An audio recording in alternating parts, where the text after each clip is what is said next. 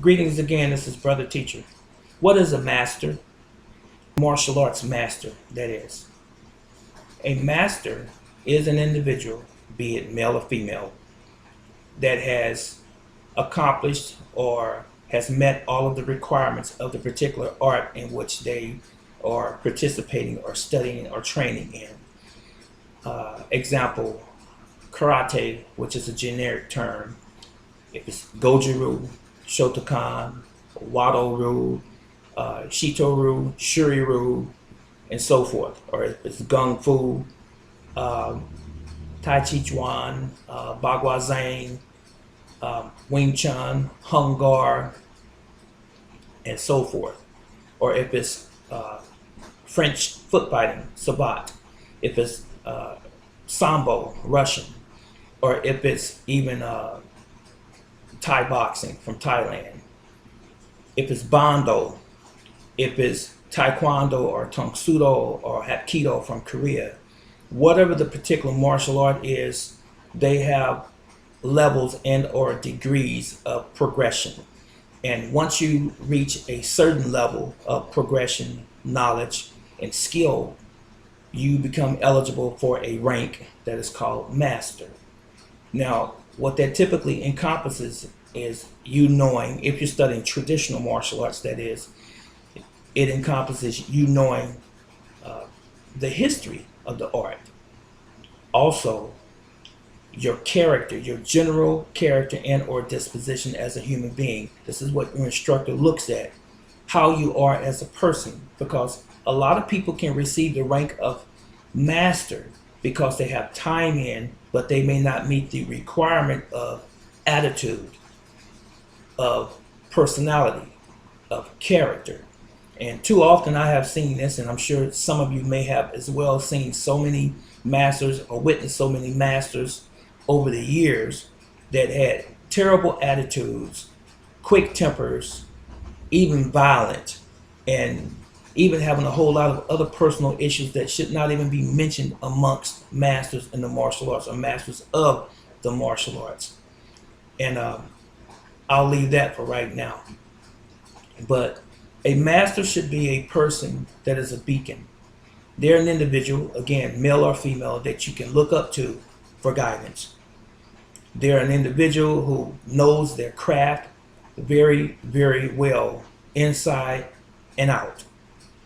And they're individuals who can demonstrate for you the techniques and the structure and explain, the reasoning, the science, the physics behind what they're doing as it relates to that particular art as well. What masters are not. This is important. What masters are not are individuals who lack humility, who are not humble. There are many who say they're humble, and there are many who say that they are loyal to the art in which they study and or train. But a lot of them who make those statements don't even know what it means to be humble. And it's almost as though they're repeating it by rote, because that is what was told to them or taught to them when they were younger in the arts. But to be humble is to be slow to anger, not judgmental, not a garbage can. Someone, in other words, who gossips, talks about other people in general, and talks about especially other martial arts masters or martial arts practitioners, or even other people, and degrading or trying to degenerate that person's reputation and what they represent. In other words, if that was not clear enough for you, if you are a master, or if you call yourself a martial arts master, and you're talking about other people behind their backs, but when you see them in public, you smile in their faces, you shake their hands, and you behave as if you cared about them. But once you're out of their sight, you begin to talk about them and try to vilify them amongst your clique or your group or your friends. That is what a master is not. What a master also is a person that trains on a regular basis, diligently, honing their physical skill and their minds. What a master also is not is an individual who is a womanizer, or even on the other side, a woman who's always out flaunting herself. In other words, to make that even clearer, you should keep your martial arts inside the dojo, the dojang, or the kun. Keep your martial arts there and let it be about that business only. Don't go around fraternizing, trying to hook up with the other students and or teachers in the club or the school. That should not belong in your martial arts institution.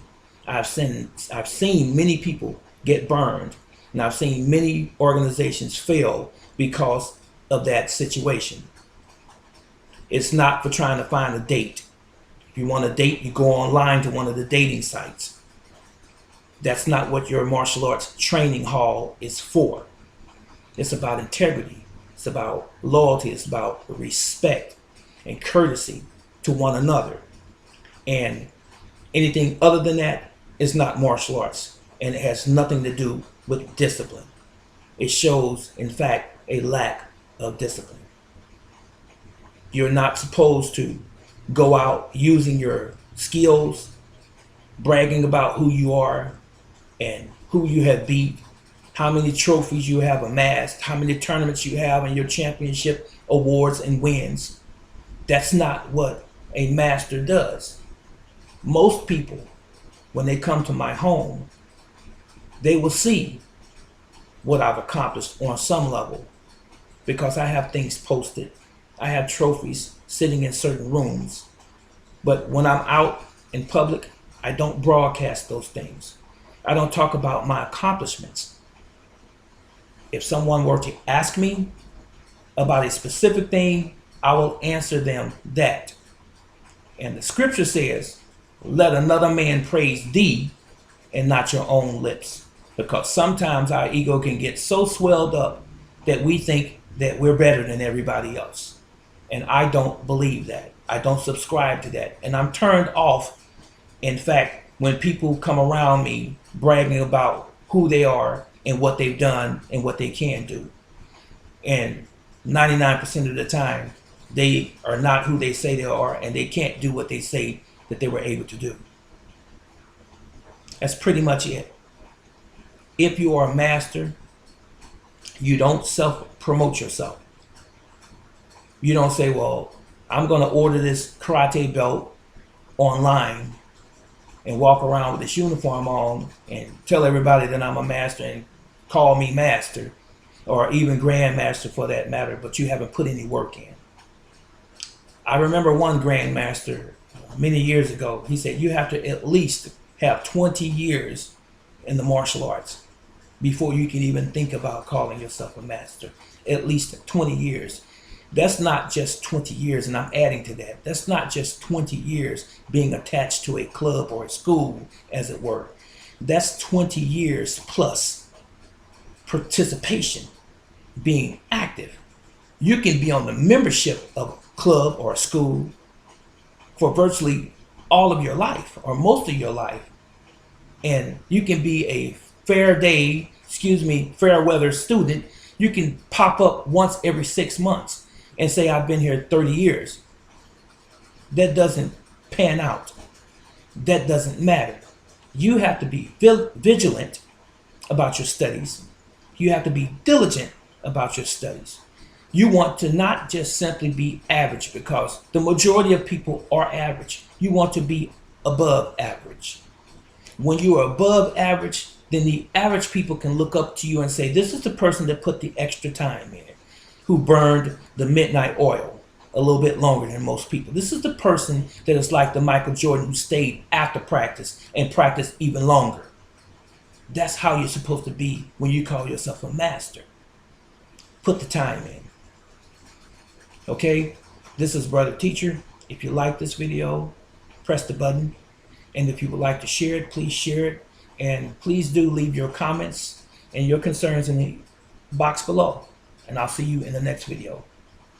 Are you a master? So long.